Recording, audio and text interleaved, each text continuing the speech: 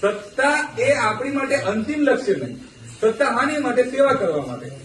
તમે બધાએ મહેનત કરી, તાલુકા પંચાયત જિલ્લા પંચાયત આપણી હતી, એના કારણે તમારા ચિગદા તાલુકાને છૂટો પાડવામાં મદદરૂપ થયું. અને આજે ચિગદા તાલુકો છૂટો પડ્યો તો સૌથી વધારે લાભ તમને લોકોને થવાનો કે નહીં થવાનો?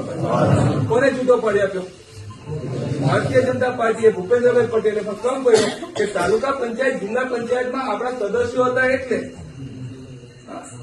હમણાં આ તાપી કરજણ લિંક યોજનાના 22 ગામની અંદર પાણી જોયું, અત્યારે પાણી આવ્યું. મોદી કાકા પર્યુષાબેન ને બધા વધામણા કરવા ગયા, તમે ફોટો જોયા હતા બધા આપણા આગેવાનો, તમે બધા ગયા હતા કોઈ? 22 ગામને પાણી આવ્યું, મહિનું પાણી આવ્યું ને, એ પાણીથી આપણે સિંચાઈ બી કરી શકીશું, આપણા બોરના પાણીના સ્તર ઊંચા આવશે. હમણાં જ આ મોતી કાકા તો પોતે જઈને આવ્યા છે, આ હિતેશભાઈને બધાએ રજૂઆત કરી છે, અર્જુનભાઈ બી મુખ્યમંત્રીને મળ્યા હતા. વર્ષોથી આપણી એક માંગ છે, આ વિસ્તારને જો નંદનવન બનાવવો હોય, આ વિસ્તારમાં રોજગારી ઉભી કરવી હોય, તો આ વિસ્તારને આપણે સિંચાઈ વાળો બનાવવો પડે, પશુપાલન થઈ શકે એ પ્રકારનો આ વિસ્તાર બનાવવો જોઈએ.